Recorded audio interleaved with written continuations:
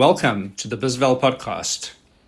At bizval, we are passionate about empowering entrepreneurs the world over to understand and unlock the value in their business. We work with advisors and entrepreneurs to demystify the value creation process when building a business.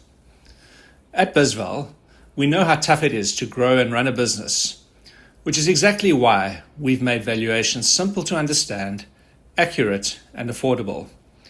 Our unique blend of tech and touch ensures that you always receive the best service, authentic human engagement, and data-led insights to ensure that you build a business that provides you with freedom and choice. In the bizval podcast, we showcase stories of real entrepreneurs and advisors, sharing lessons and inspiration from their journeys to make your journey just that little bit easier. Today's guest is someone who's challenging a lot of stereotypes in this space. Megan Kearney is the franchisee of Exit Factor of Lexington, Massachusetts. And unlike many exit advisors, she doesn't come from a traditional finance or private equity background. She started her career in education and then had a robust sort of experience in the business management and strategic consulting space. And now she helps clients navigate the complexities of business growth, valuation, and what she calls transitions. So her role involves developing plans that align with client goals. It's all about sustainability, and the journey to exit planning is built around relationships, values, and purpose. So with that introduction, Megan, welcome, and it's a pleasure to have you with us on the show. Yeah, thanks, Graham. Thanks for having me and excited about this conversation and where it goes. Fantastic. Well, Megan, let's start at the beginning. So we're going to talk a bit about your early background, a little bit about your journey, and then towards the end we're going to shift in terms of your approach and how you work with clients. But you had a background in education, so it's a completely different world from the sort of M&A or sort of traditional exit planning background.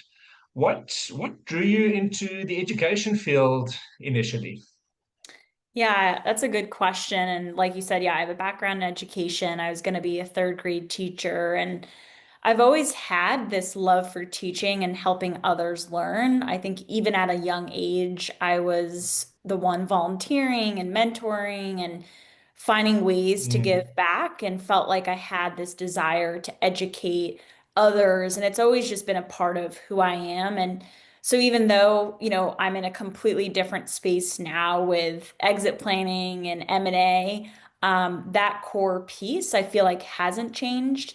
In a way, I say I'm still teaching. It's just with a different audience. And some days I feel like I'm back in the classroom teaching third graders, walking through with business owners of different concepts or helping them understand, what it really means to prepare for business and a transition.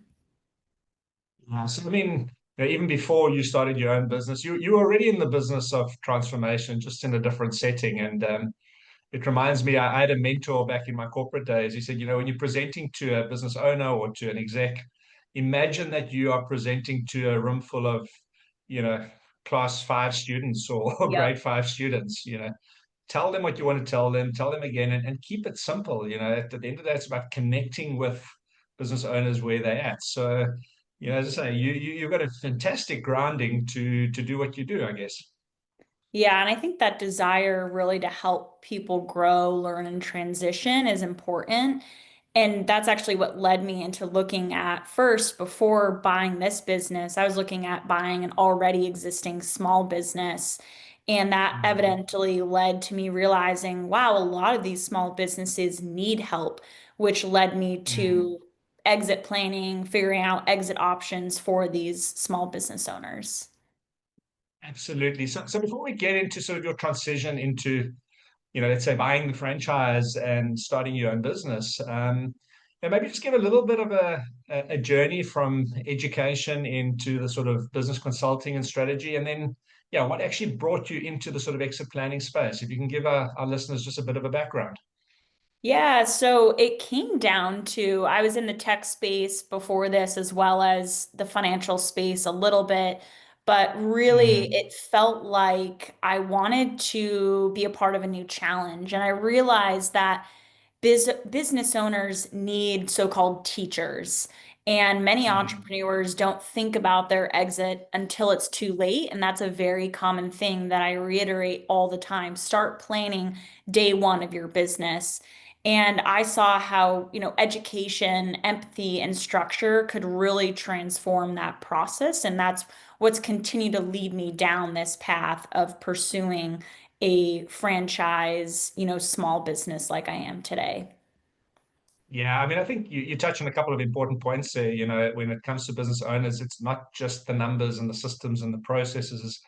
I think 80% of it is emotional and psychological and preparing people for that sort of emotional journey. Definitely. Um, but okay, so back to your journey. So you joined the Exit Factor network in mid 2024, and essentially opened the Lexington office. What drew you to that brand and approach in particular? So you could have gone on your own and done your own thing, but why Yeah. why join Exit Factor? It's a good question. I feel like I get this pretty often, and I feel like what really drew me to Exit Factor was the alignment of values. The whole approach, is practical, transparent, and very human.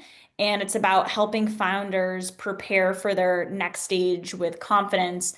And it's not just running the numbers, it's really connected with my background with coaching and personal development.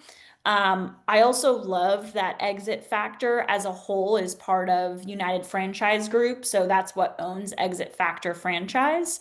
And Yeah. UFG is a really family-run company. And there's this genuine family-oriented culture behind the brand that really stood out to me. And it feels very personal, supportive, and mission-driven. And it felt like for me, that was a really good fit rather than starting out in this type of career, still so new. Why wouldn't I have an already proven out process and a foundation like that?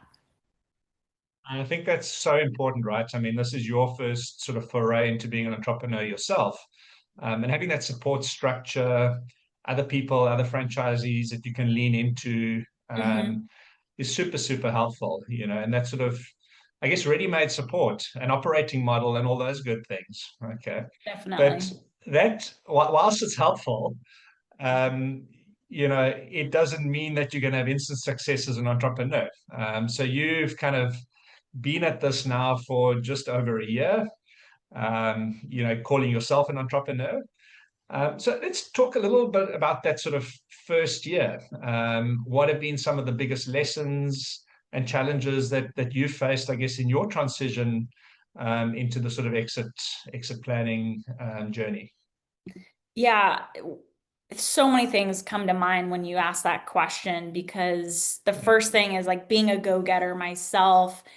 People, I feel like at the beginning, the first 6 months were like, Megan, slow down. You don't want to burn yourself out. And I am just, if I'm going to give something, I'm going to go 120%. And I think one of the biggest things that I've learned is I need to be kind to myself because it's a long journey and things don't always happen as quickly as you'd like. And I think with that, patience is very key and something I'm continuing to work on. And I've also learned just the importance of building the right type of support system around you. Yeah. People that I can lean on, that I can learn from, and I can grow with. And finally, like to stay grounded in, my purposes, especially when, I'm a new face in the market. And I feel like the sense of purpose keeps me, steady and focused on what I'm really doing on a daily basis. Yeah, I mean, it's interesting you talk about patience, right? And I think when we met in Boston, it was about a month ago. Right? If like everything's happened so quickly in the last little bit, but we were talking about our sort of market development in the US and how the first sort of 6 months was about just building relationships, Hmm. not necessarily writing business. And I think you had a similar story, right? I think for the first sort of 4 or 5 months, it was just putting yourself out there, not necessarily signing on clients, but actually just building a name for yourself. And that it does take patience, especially if you're a go-getter. You kind of want to, you know, A-type, go sign the deals and bring in the money. But I think those solid Exactly. foundations and patience go hand in hand, right? Yep, definitely. So At bizval, we often talk about founder readiness and business readiness going hand in hand. So you've lived a little bit of that dual journey for yourself. But I want to move a little bit onto your sort of, your values and relationships. You touch on that. They do seem to be the sort of foundation of everything you do, Megan. And what are some of those core values that guide you both personally and professionally? And I guess as you engage with clients, that you sort of live and transfer as you have Yeah. discussions with them. Yeah, and I think for me, it really comes down to the integrity, the grit, and consistency. And I believe that Mm. every strong relationship is built on trust, and that trust only comes from really genuinely caring about people, and it's not just a transaction. And I feel Yeah. like the work that I'm doing, it's not just about closing deals, it's about helping founders close chapters well. And that means showing up with honesty, following through, and doing what's right, even when it's not always the easy route. Yeah. And then I think all overall, those values have guided me and continue to guide me in everything I do, both, professionally and personally. Yeah, I mean, that's such a refreshing way to put it. You talk about helping founders close chapters, and I think earlier you used the word transition. I had another show a few weeks ago where somebody said, I actually don't like the word exit because exit is Yeah. so sort of like, finite in a way. And it's not about that, Yeah. right? It's about closing chapters, transitioning, opening new chapters, and preparing through that process. Yeah, and it takes time. I think it's all about exit options and legacy as well. I think you're right. People, as soon as they see exit factor, they're like, oh my gosh, I'm not exiting. Like, no one, I'm not gonna, I've never thought about this. But really, do you have exit options? What does your legacy look like to continue the business that you've built for the past 10 years, 5 years, 25 years? Absolutely. So let's move on to starting to build your business now. And as we touched on just now, for the first sort of 4 or 5 months, you didn't actually do any sales. Okay? Your husband was probably sitting there Yeah. saying, when are you going to start contributing towards the bills? I'm joking. But you focused on building those relationships. Tell us a little bit about that. So how did you go about that? Yeah. So, what was important to me, and I really made a conscious decision to spend those early months and times meeting people like accountants and attorneys and bankers and other advisors and attending networking events and really just listening to understand, okay, where is my local business community at before offering anything? And yes, of course, I talked about Exit Factor and what I'm doing, but it was really important and crucial to develop relationships before, putting myself out there in a way that I feel like makes sense or I feel like I'm able to. And yeah, I think the foundation of relationships is important and building that trust. Yeah, as you said, it's trust, but it also takes courage to do that, right? Because, in today's world, if you believe all the sort of, I don't know whether they're AI bots or influencers, whether it's LinkedIn or TikTok, if you haven't built a seven-figure business within your first 3 months and, sipping pina coladas on the beach, you've done something wrong, Yeah. So there's this pressure to get traction quickly. Um, and how did you deal with that pressure? Was it, your support system? Was it just your mindset? How did you navigate that? Yeah, I don't know. I feel like when it comes to pressure, I'm like, give it to me because I'm so genuine about what I know I'm doing and truly helping. And so feeling like, again, going back to the patience of it all is something and knowing in my true core that this types of stuff takes time. And I'm not going to Yeah. be the so-called at the top. And for me, I've always been about relationships and having strong foundations with anyone in my life, no matter what level they're at, whether they're the president of a company or they're a janitor or there's someone on the side helping part-time. Like for me, every single person is equal, and getting to know each person and what they do is always important. And so I think it just leads back to that significance. Yeah, I think that's so important, and I guess we in the business valuation space, so I guess sort of an aligned industry to what you're doing. And I often tell Yep. my team, you have to build. We're selling trust. We're not selling business valuations. We're selling trust. And at the end of the day, often you have to have tough conversations with clients. You've got to tell them Yep. what they need to hear, not always what they want to hear. And that's hard, right? And if you don't have that solid foundation, often people will just dismiss what you have to say. So I think it's so important just to get that trust.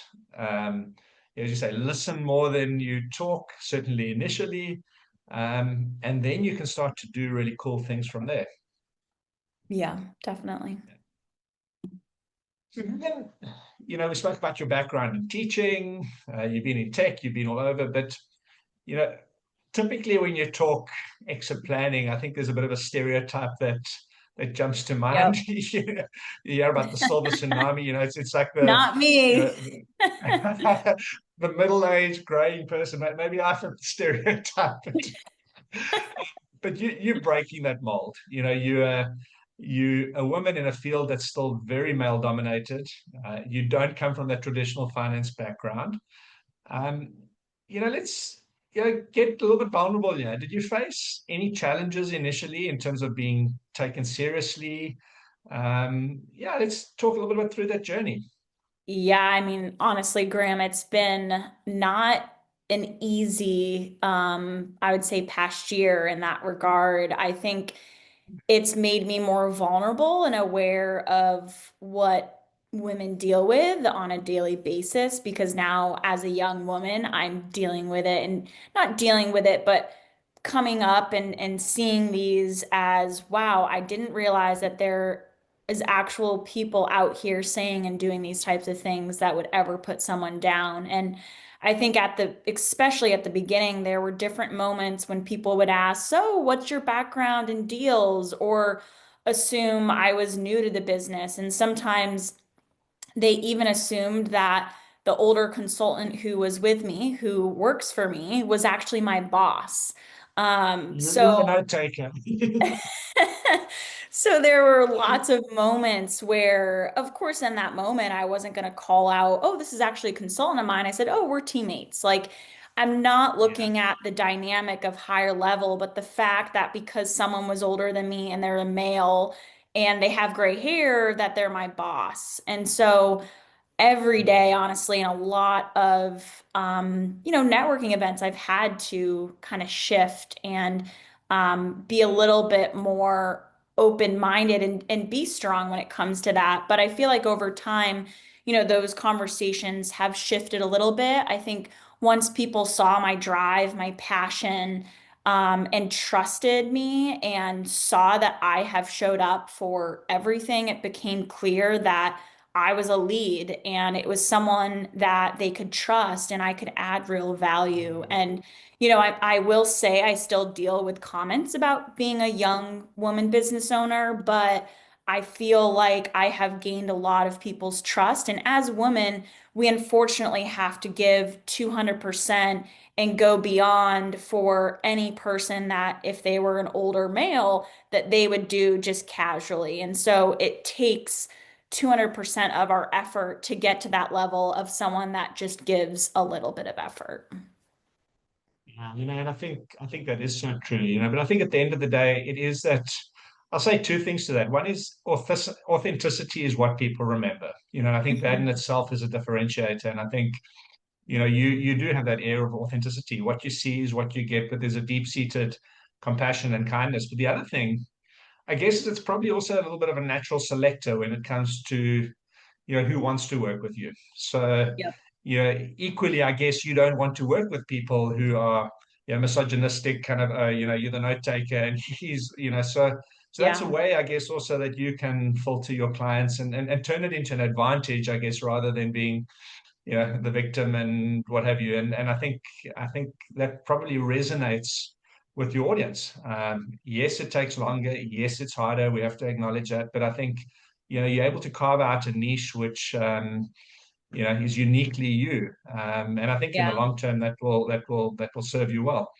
Yeah. And I just feel like, more people want to have different perspectives and thoughts and values and in the room. And that's so important. And so I feel like if anything, I'm the oddball in the room that no one would have expected because of my background, like we've talked about throughout this podcast. Yeah. And I think that's also a huge, almost advantage in my eyes as I see as who I am, because like you said, I do always lead with being genuinely who I am, because like you said, you see what you're gonna get, and I am that consistency throughout. And if you want to work with me, I know I will give you 110%. And if you don't want to work with me, then their loss is how I view it. Fantastic. So I'm going to talk a little bit about that. Okay. So, you know, your approach, not just you as a person, but your approach to exit planning, what's different about it? So obviously there's exit factor and there's methodology and blueprints and that, but you put that together with you and your approach. How's that different? Yeah, so I view it more as a transition and it's not just a transaction. But when it comes to business owners, they really view this as their identity. And so, it's about the owners understanding, it's about their family, it's about what's their purpose in life. It's not just about what the sale price is. And I feel like, working with them, it's not just on operational readiness. It's about how can we emotionally also prepare these business owners, because it's not easy. Every business owner, I was just talking to one yesterday and we got on the phone and she's like, "Oh, Megan, I want you to help me so much.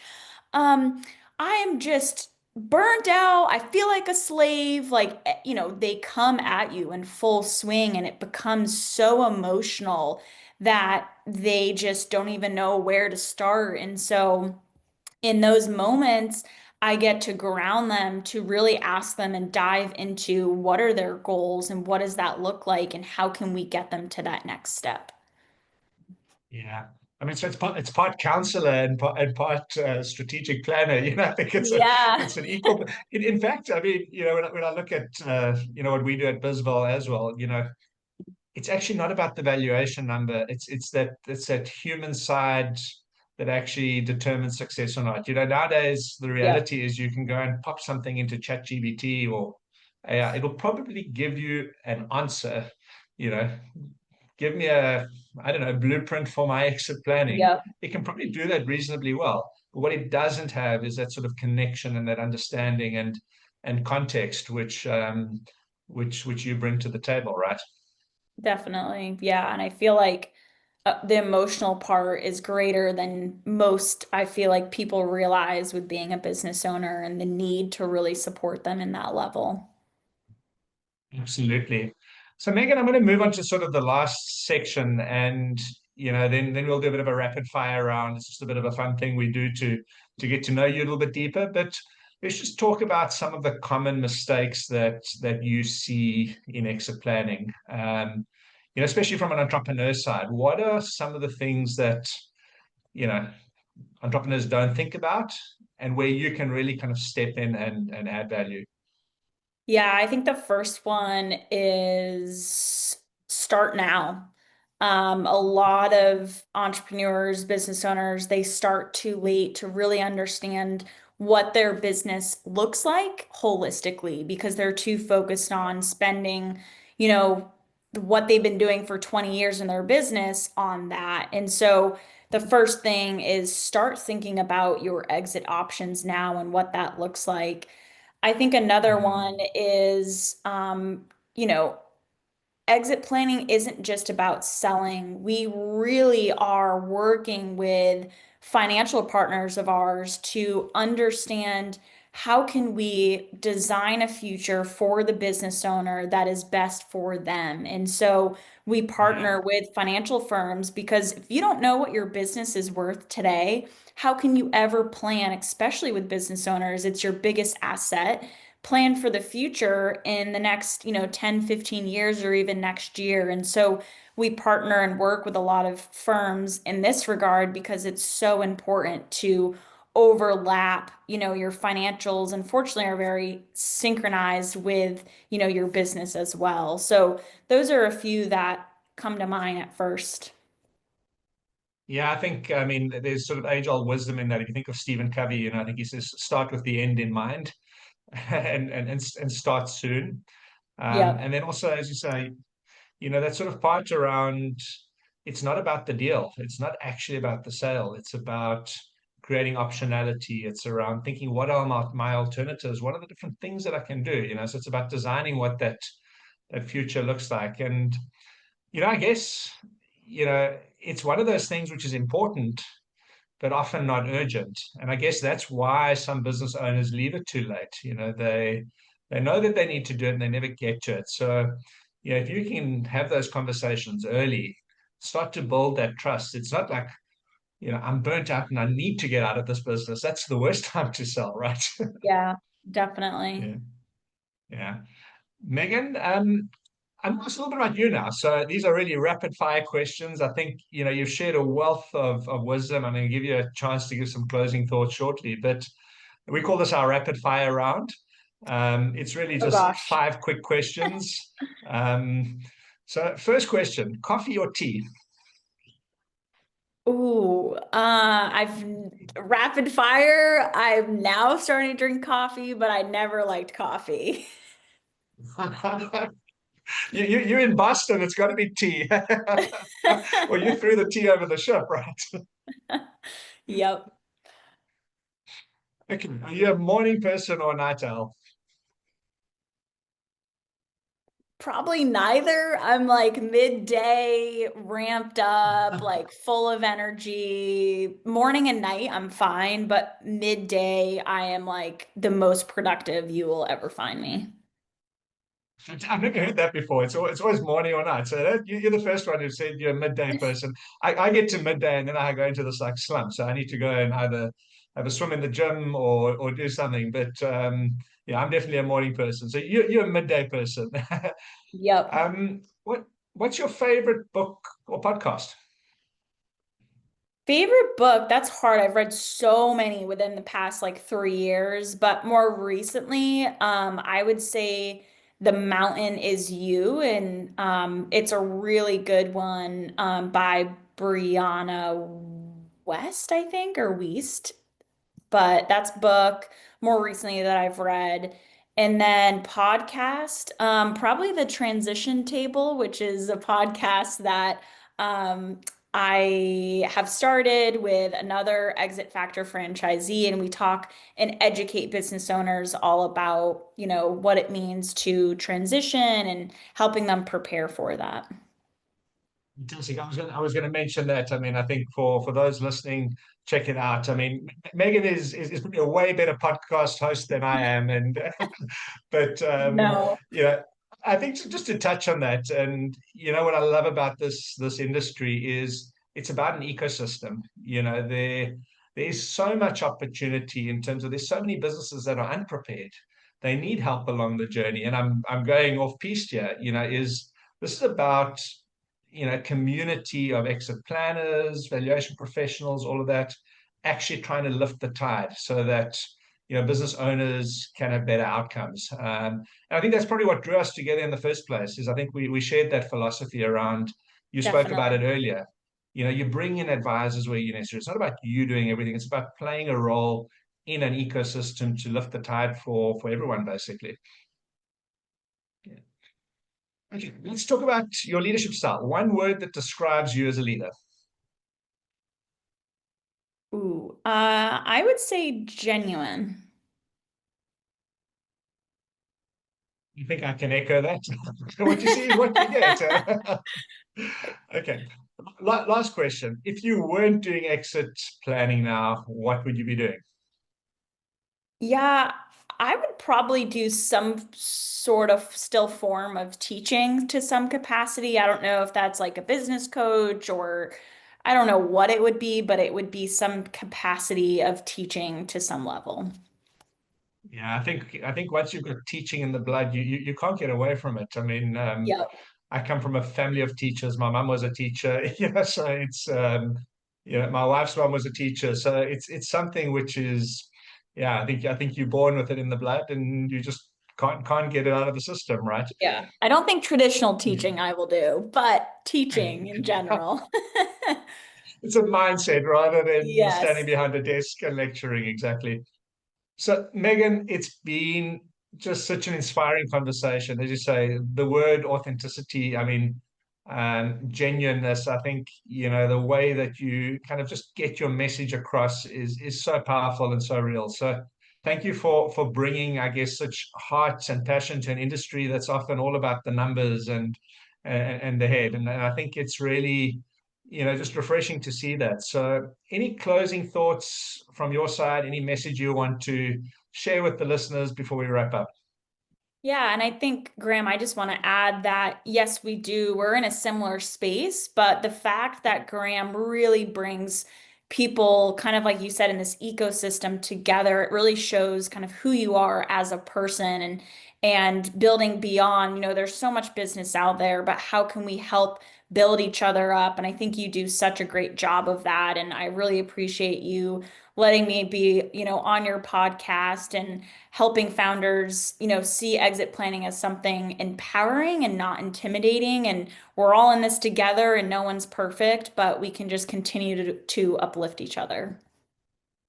Fantastic, Megan, and I appreciate the kind words. So, if anyone who wants to connect with Megan, you can find her on LinkedIn, Megan Kearney, or check out her podcast, The Transition Table, on YouTube. It's highly recommended. To our listeners, I'm Graham Stephen from bizval Global. Thanks for listening, and we hope to see you next time on the bizval podcast.